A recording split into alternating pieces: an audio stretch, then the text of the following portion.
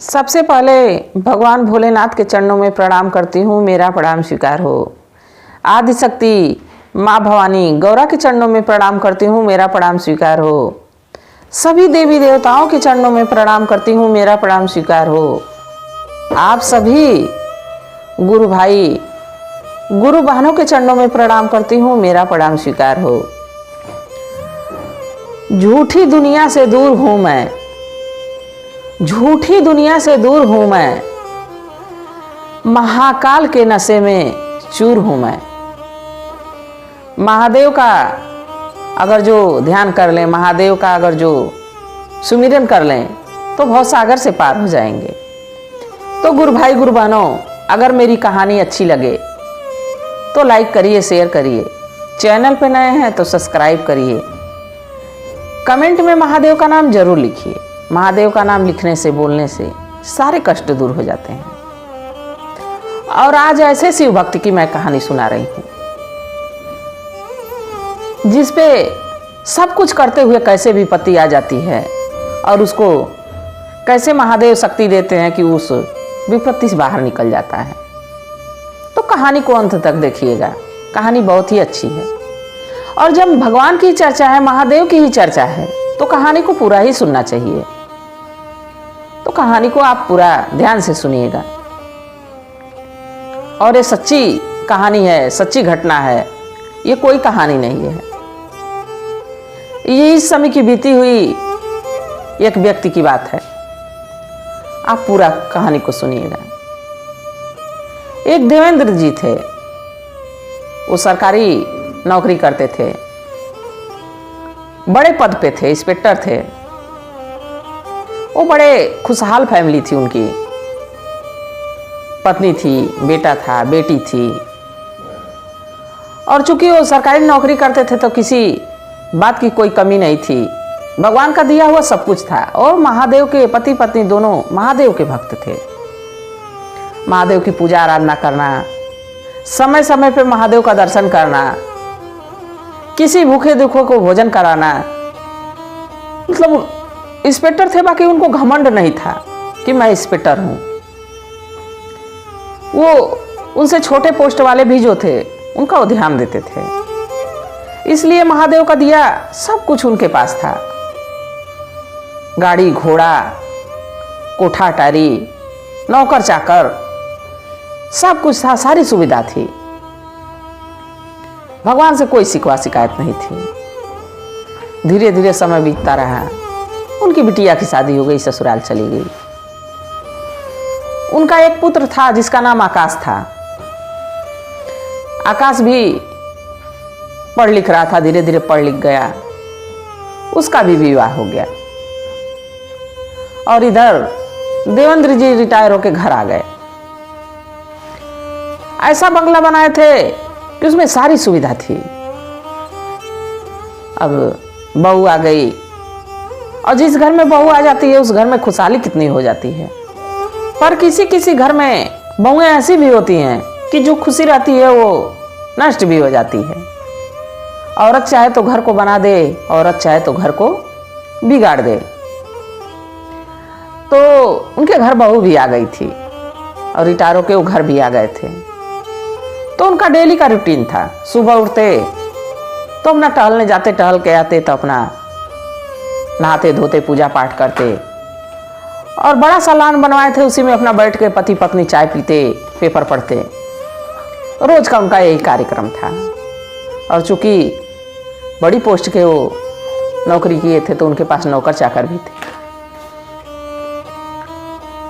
एक दिन एक नौकर पोछा लगा रहा था और देवेंद्र जी उसी समय टहल के आए।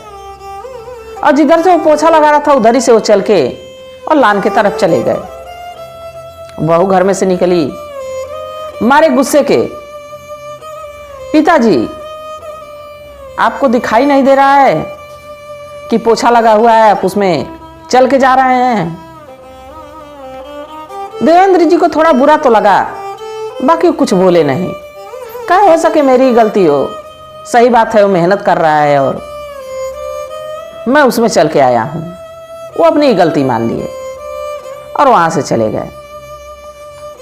इसके बाद धीरे धीरे कुछ और समय बीता।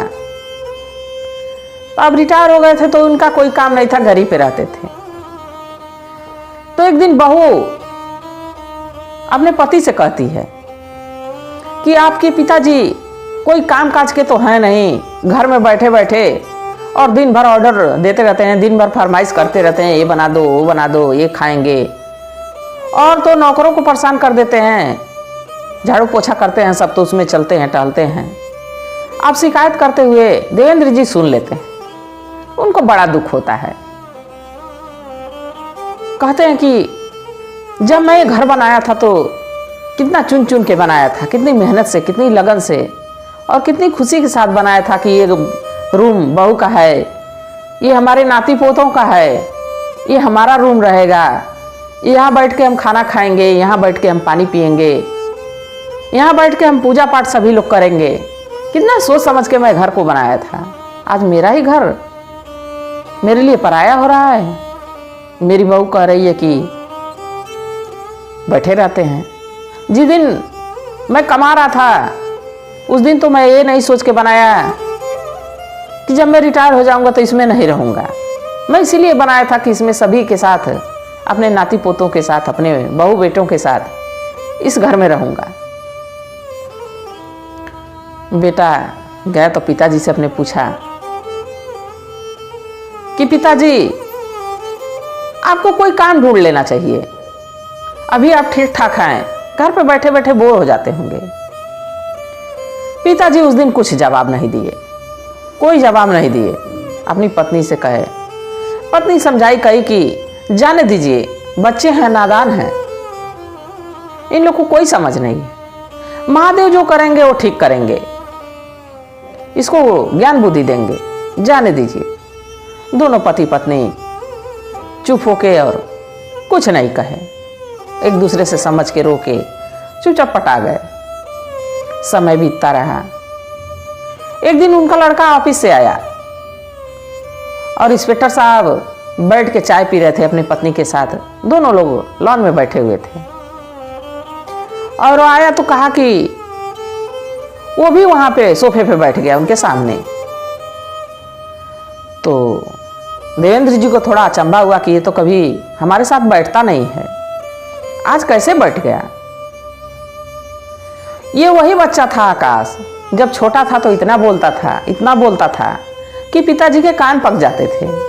आज वही बेटा है कि कभी अपने पिताजी से, माताजी से बोलता ही नहीं है, कोई बात ही नहीं करता है। तो उसको देख के अचंभा हुआ देवेंद्र जी को कि तो कभी बात ही नहीं करता है, कभी हम लोग के पास ही नहीं बैठता है। लग रहा है महादेव जी जरूर कोई चमत्कार किए हैं कि आके पास बैठा। पर गुरु भाई गुरु बहनों, उनकी ये सोच गलत थी। आकाश बोला, कहा कि माँ, वो भी पिताजी से नहीं बोला है, माँ हमारे ससुराल के लोग आने वाले हैं, उनके यहाँ शादी है, तो हमसे कहे कि किराए पे कहीं रूम ले लो, 10-15 दिन के लिए हम लोग उस शहर में आने वाले हैं। तो हम बोल दिया हूँ कि जब हमारा घर यहीं पे है तो किसी भी और रूम की क्या ज़रूरत है, हमारा घर खुद बड़ा है, आप लोग यहीं आके रहिए। और आप लोग की, पिताजी की और आपकी व्यवस्था में बहन के घर कर दिया हूँ। देवेंद्र जी की बेटी की भी शादी इसी शहर में हुई थी, तो कहा कि मैं आपकी व्यवस्था बहन के घर कर दिया हूँ, उससे बात हमारी हो गई है, आप लोग 10-15 दिन वहीं रह लीजिए। देवेंद्र जी चुप होकर सुन रहे थे, बाकी उस समय उनको चुप नहीं रह गया। कहे कि बिल्कुल नहीं, हम बेटी के घर नहीं जाएंगे, हम अपने घर में रहेंगे और अपने ससुरालियों की व्यवस्था कहीं और कर दो। आकाश वहां से चला गया। देवेंद्र जी की आंखों में आंसू आ गया, उनकी पत्नी के भी आंखों में आंसू आ गया कि आज हमारा बेटा हमको हमारे ही घर से निकाल रहा है, कह रहा है कि चली जाओ बेटी के पास। तो गुरु भाई गुरु बहनों, कुछ बच्चे होते हैं माता पिता को समझ नहीं पाते हैं और कुछ माता पिता बच्चों को नहीं समझ पाते हैं। बाकी यहाँ सब सुख रहते हुए आकाश अपने माता पिता को कभी समझ नहीं पाया। अब वो अपने ऑफिस चला गया आकाश। अब देवेंद्र जी, उनकी पत्नी, उनकी बहू मार्केट चली गई। देवेंद्र जी और उनकी पत्नी बचे। नौकरों से कहे कि तुम लोग की आज से छुट्टी है, आज से तुम लोग छुट्टी पे जाओ 15-20 दिन के लिए। नौकर सारे छुट्टी पे चले गए और वो लोग सारे घर में, सारे दरवाजों में ताला लॉक किए और दोनों लोग वहां से एक पत्र रखे और रख के चले गए। बाहर गेट पे वो पत्र पड़ा हुआ था। शाम को जब बेटे बहू आए तो घर पे देखे तो ताला पड़ा है। उनकी नजर उस पत्र पे गई। पत्र उठाए और उसमें लिखा था कि हम लोग अपना घर बंद करके जा रहे हैं, तुम लोग अपनी व्यवस्था कर लो। और अपनी व्यवस्था भी नहीं करनी चाहिए। इसी शहर में तुम्हारे लिए एक फ्लैट लेके हम लोग छोड़े हैं, छोटा सा फ्लैट है, तुम लोग वहां जाके रहो, हमारे घर में तुम्हारी कोई जगह नहीं है। अब आकाश को जब माता पिता चले गए तो उनकी जाने का एहसास तब हुआ कि हम अपने माता पिता से कितना बुरा बर्ताव किए हैं, कि वो लोग कहाँ चले गए हमको कुछ पता नहीं है। और वो लोग ताला लॉक किए और निकल गए महाकाल दर्शन के लिए। कहे कि अब यहाँ मन उब गया, अब चला जाएगा महाकाल के पास। वो लोग उज्जैन चले गए। धीरे धीरे 2-4-10 दिन बीता। अब आकाश को बड़ी चिंता लग गई कि पिताजी का ना कोई खबर है, ना कोई फोन आ रहा है, कहाँ चले गए लोग। तो जब तक थे लोग तब तक उन लोग का मोल समझ में नहीं आया, और जब चले गए लोग तब अपनी गलती का एहसास हुआ कि हमारे माता पिता हमारे साथ थे तो कितना बढ़िया था। जब लौट के आए लोग तो आकाश देखते ही देखते अपने पिताजी के चरणों में गिर गया और अपनी किए पे क्षमा मांगा, माफी मांगा। उनकी बहू भी माफी मांगी। तो देखिए गुरु भैया, गुरु बहनों, ऐसा वक्त आने से पहले समझ जाना चाहिए कि हमारे माता पिता हमारे लिए कितनी मेहनत किए होंगे। जैसे हम अपने बच्चों के लिए करते हैं वैसे ही हमारे भी माता पिता हमारे लिए किए होंगे। कितनी मेहनत मजदूरी किए होंगे, कौन सा कष्ट उठाए होंगे तो हमारे लिए घर बनाए होंगे, किस किस कष्ट से हमारा शादी विवाह किए होंगे। तो ये सारी बात समझना चाहिए। कोई एक बैग धन लेके नहीं पैदा होता है, उस धन के लिए मेहनत करनी पड़ती है, परिश्रम करना पड़ता है, तब धन आता है और तब सुख आता है। तो सबको ये बात समझनी चाहिए कि जैसे हम अपने बच्चों के लिए छटपटा रहे हैं, परेशान हैं, वैसे हर माता पिता परेशान होते हैं। तो कहानी कैसी थी गुरु भाई गुरु बहनों, जरूर बताइएगा और इस पे ध्यान दीजिएगा कि माता पिता को कभी कष्ट नहीं दिया जाता है। अगर जो हम उनको सुख नहीं दे सकते हैं तो उनको दुख भी ना दें। इसी कामना के साथ हर हर महादेव।